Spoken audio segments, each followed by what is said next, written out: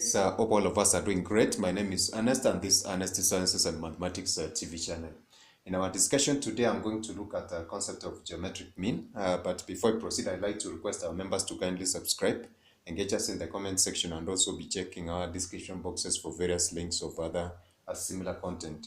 So in this case, we are going to look at this particular concept of geometric mean. And this is going to complement on the previous videos that we have done on basically some types of means. And I said that from measures of central tendency, we have 4 categories which we are to look at. And that was the mean, the mode, the median, and the quantiles. Now, in this case, I mentioned that basically we can have a mean given in terms of arithmetic mean, geometric mean, and the harmonic mean, which we had said that we are going to look at in an exclusive way. And in this case, of course, I've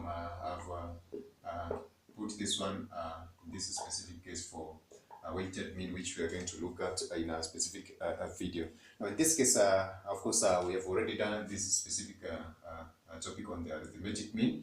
And in our last discussion, I had, of course, mentioned various formulae which we had come up with in trying to describe this specific aspect of mean, whereby we had said that we can give a notation for the arithmetic mean using this specific representation of x bar, which is, of course, a summation from I is equivalent to 1 to a particular number n. And then we say that which basically represent the number of observation given in terms of n given as such. So basically this represented the mean. And for a specific case for a grouped kind of data, basically given this particular set of mean given in this particular case for the number of classes given in terms of k. And this was given as a product between the frequency and the ith observation, whereby we see that the summation of I is equivalent to n to k of fi represent the number of observation. And this basically was for a grouped kind of data. And that, of course, gave us the representation for this kind of mean, of course, which we refer to as the grouped mean. And of course, I had already given one of the definitions of the weighted mean, whereby I said that some data is going to be given some kind of relevance or degree of importance. And this, of course, gives rise to giving different sets of data their specific weight or rather importance given in terms of W. And therefore, I said that basically we're going to find the mean of such a kind of data using x bar sub W, whereby W represents the specific weight of that particular kind of data. Now, in this case, we are given the formula for finding this kind of data given in terms of from I to W of n observations, and then we have the product between that, of course, xi and w, and that range of values from I is equivalent to n to wi given in that specific case. So this gave different variations of this particular kind of a mean that we refer to as arithmetic mean, whereby this is the general mean, the mean for grouped data, and this is the weighted mean in that particular case. Now, in our particular discussion for today, we're going to look at a fourth case of this specific type of mean, and which basically, as I've said, is going to be the geometric mean. In this case, we're going to borrow from some of the discussion we have had on the concept of a geometric progression and series. But in that case, I'm not going to go into details, but we're going to mention this one in case we come across it in any of parts of our discussion whereby it might be necessary. Now, the concept of a geometric mean basically is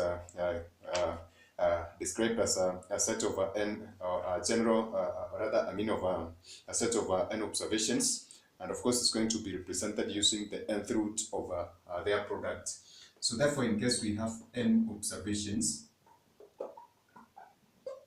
the nth root of their product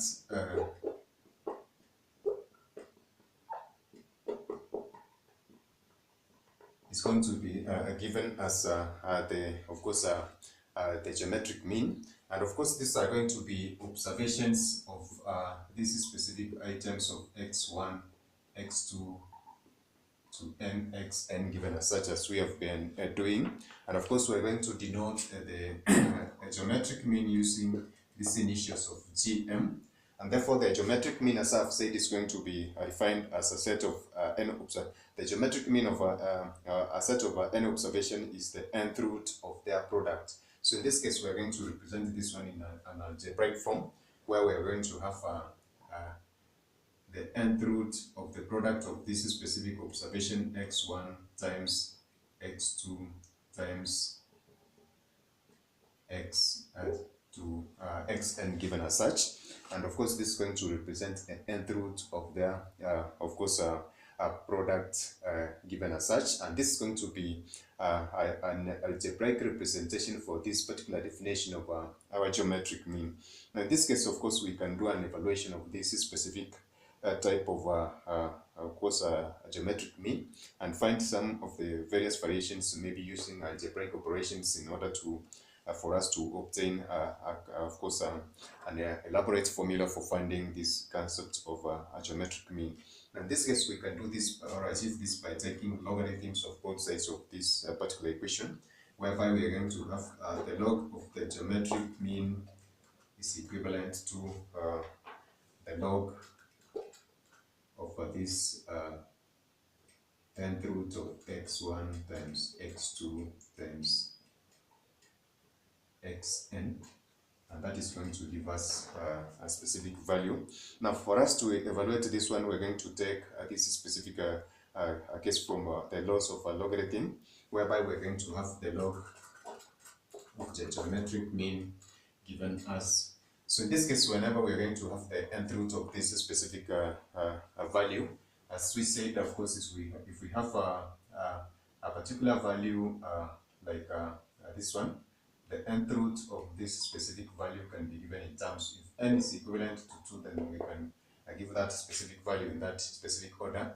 Now, for the laws of a logarithm, whenever we're going to evaluate this, we're going to take this exponent and have it as, of course, as a coefficient given as such. And of course, we're not going to go into details of this specific operation. But of course, that's how we're going to have this one. So it's going to be represented as 1 over n, representing the nth root in logarithms. And then we're going to have the log of this specific product of x1 times x2 times xn given as such. So this is going to be an evaluation of this specific, logarithms. And this is going to eventually, so whenever we're going to have the logarithm of specific entities which have been multiplied, we can evaluate this one by having a summation of these particular entities by having this second part of the equation, of course, being represented as, so we can have this represented as, so I'm going to take it from there, whereby we're going to have it represented as 1 over n, the log of, so basically we're going to have x1 plus x2 plus, so this is going to go on xn given as such. And then we're going to do an evaluation of this. So if we try to look at this particular case, then therefore this is going to be 1 over n log of that second part is going to be the summation, whereby we're going to have this one given in terms of the sum. So whenever we're going to evaluate this specific aspect of logarithm, we're going to have the summation from I is equivalent to 1 to n of the logarithms of these specific values. So we're going to have a general representation of a log of xi given as such, and this is going to give us an equivalent of the logarithm of the geometric mean given as such. So therefore we can generally represent the logarithm of the geometric mean given in terms of 1 over n, the summation from I is equivalent to 1 to n of log of xi given as such. So basically, for us to find the geometric mean, then therefore we can evaluate an antilog or the log inverse of this specific of course equation, whereby we're going to have this one given in terms of the geometric mean is equivalent to the antilog of this particular value, whereby we're going to have this one as 1 over n, and then the summation from I is equivalent to 1 to n, the log of xi given as such.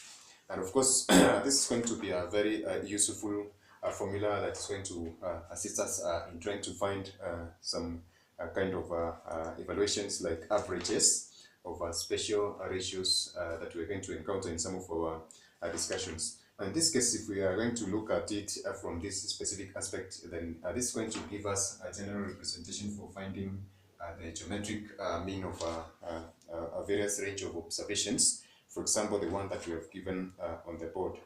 So in case, of course, we are requested to find, I can just give a simple example for us to just understand this specific procedure, whereby if we have a particular set of numbers which are basically like x1, x2, x perhaps n observations. This one can be perhaps 2, 4, 8, and we are asked to find the geometric mean of these specific numbers. Then we are going to have the geometric mean given in terms of the nth root of this specific range of values for 2 times 4 times 8, and this of course is going to give us so if we try to look at the value for n, we said that n is the number of observations, and therefore there are 1, 2, 3 observations. So we're going to have the geometric mean represented as the third root of this is a 2 by 4, 8, and then this is going to be 64. So evaluating this one is basically going to give us the value of 4, which is going to represent our geometric mean for this specific kind of symbol data. So in this case, of course, we're going to use the same strategy in trying to find the geometric means of other distribution of that data that we may come across, and that of course is going to form a general way of representing this particular case of or a type of mean. So kindly check our description boxes for various links of other videos, and engage us in the comment section for more. So that is it for now, guys. Bye, God bless you. Catch us in our next video.